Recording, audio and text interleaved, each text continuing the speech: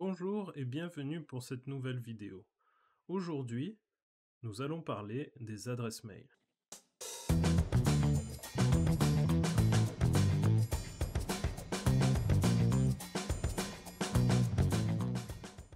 Au jour d'aujourd'hui, si vous voulez faire des actions en ligne comme par exemple faire des achats, gérer votre administratif, gérer votre banque et tout un tas d'autres choses qui se font par Internet, souvent on a besoin d'un compte.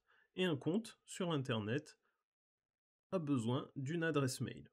Donc c'est pour cette raison qu'en général, on vous demande une adresse mail. Alors concrètement, comment obtenir une adresse mail? Il y a différentes façons d'obtenir une adresse mail. On peut créer une adresse mail sur différents hébergeurs de mail.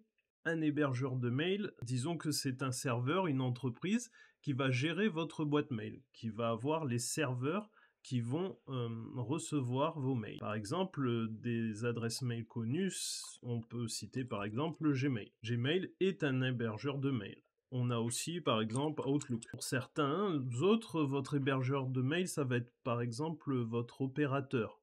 Par exemple, on peut citer Orange Mail, SFR Mail, on a aussi Bouygues qui a aussi des adresses mail, Free, etc., etc. Aujourd'hui, pour l'exemple, je vais vous montrer comment on fait avec Gmail. On va taper Gmail sur Google et on va aller sur se connecter à Gmail.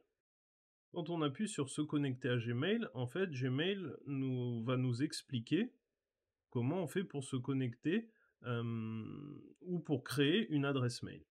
Alors, le plus simple, c'est de faire se connecter à Gmail, encore une fois, et voilà. On arrive sur cette page.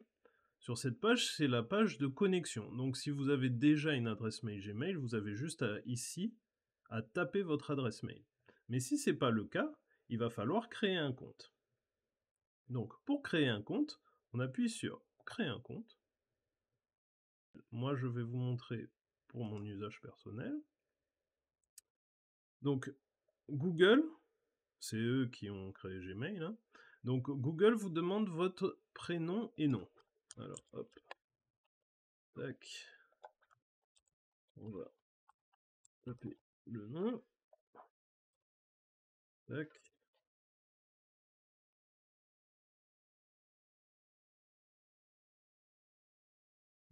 Vous pouvez mettre aussi votre date de naissance. Voilà, hop, on met son genre, on a le choix, hein. Hop, tac. Et du coup, à partir de là, vous créez l'adresse mail que vous souhaitez. Donc, il faut savoir que lorsque vous créez une adresse mail, on ne vous laissera pas créer une adresse mail qui existe déjà. Donc, ce qui va se passer ici, c'est que je vais essayer de créer une adresse mail et il va me dire si, en fonction de ce que je crée, est-ce que c'est possible ou pas. Par exemple, si je fais, hop, comme beaucoup font, prénom.nom, tac, tac, et bien ça ne fonctionne pas, parce que cette adresse mail existe déjà.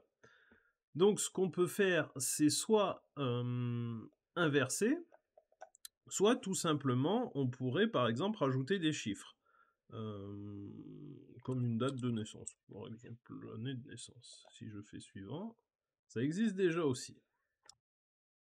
Donc, ça existe déjà aussi, donc je vais rajouter encore des chiffres. Voilà. Et une fois que j'ai ajouté ces chiffres, eh ben, comme vous pouvez le voir, l'adresse mail est créée.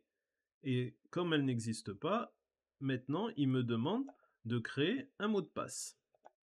Alors, le mot de passe, tac, tac, tac, qu'est-ce que je vais mettre?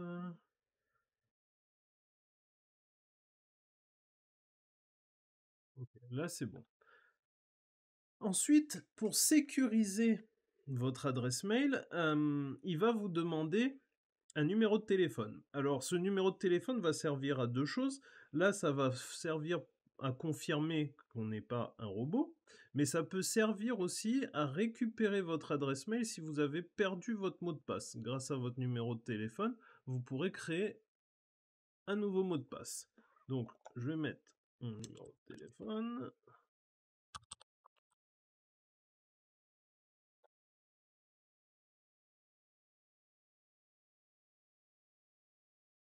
Donc maintenant, Google m'a envoyé un code de validation à 6 chiffres sur mon numéro de téléphone, donc je vais taper ce code.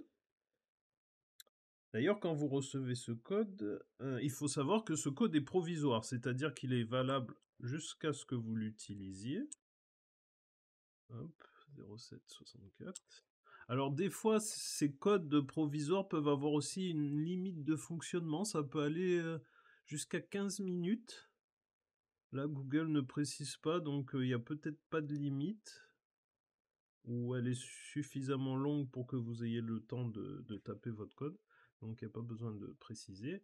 Si jamais vous le recevez pas ou qu'il y a un souci, vous pouvez obtenir un nouveau code, mais si, hop, il n'y a pas de souci, normalement vous faites suivant. Et voilà. Donc, on vous demande aussi une adresse mail de récupération. C'est-à-dire que c'est une adresse mail, encore une fois, qui peut servir à récupérer votre adresse mail principale si jamais vous perdez votre mot de passe.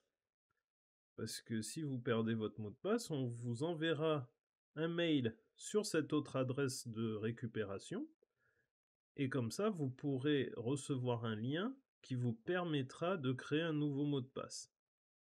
C'est un peu comme quand on perd son mot de passe sur un site d'achat et qu'on veut créer un nouveau mot de passe, bah souvent on nous envoie un lien sur notre adresse mail pour qu'on puisse modifier notre mot de passe. Bah là, c'est exactement la même idée.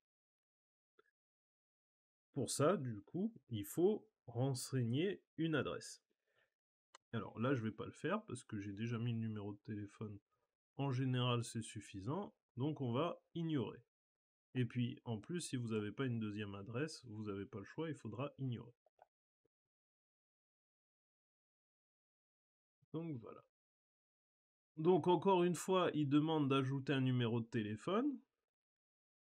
Vous voyez, en dessous, c'est écrit: Google utilisera ce numéro uniquement pour la sécurité du compte. Personne ne pourra le voir. Vous pourrez décider plus tard de l'utiliser dans d'autres buts. Donc moi, je laisse le même numéro, je fais suivant. Comme ça, j'ai bien un numéro de téléphone pour récupérer mon adresse si je perds le mot de passe.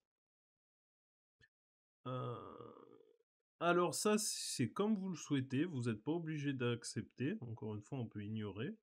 Pour l'occasion, je vais ignorer. Hop, voilà.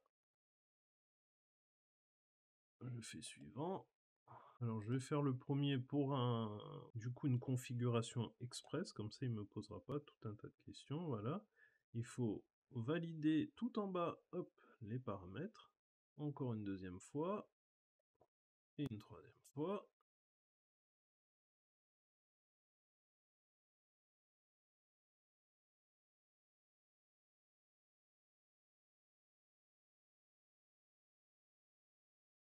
Voilà.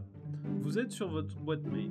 Votre mail est bien créé et vous pouvez maintenant recevoir des mails.